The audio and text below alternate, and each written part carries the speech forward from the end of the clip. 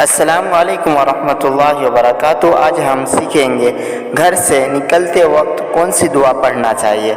اس دعا کو ہم سیکھیں گے، اس سے پہلے ہم جان لیتے ہیں اس دعا کے بارے میں حدیث کیا ہے۔ حضرت انس بن مالک رضی اللہ تعالی عنہ فرماتے ہیں کہ نبی کریم صلی اللہ علیہ وسلم نے فرمایا، جب تم میں سے کوئی شخص گھر سے باہر نکلے یہ کہے، یعنی اس دعا کو پڑھے۔ دعا ہے: بسم اللہ توکلت علی اللہ لا حول ولا قوت الا باللہ۔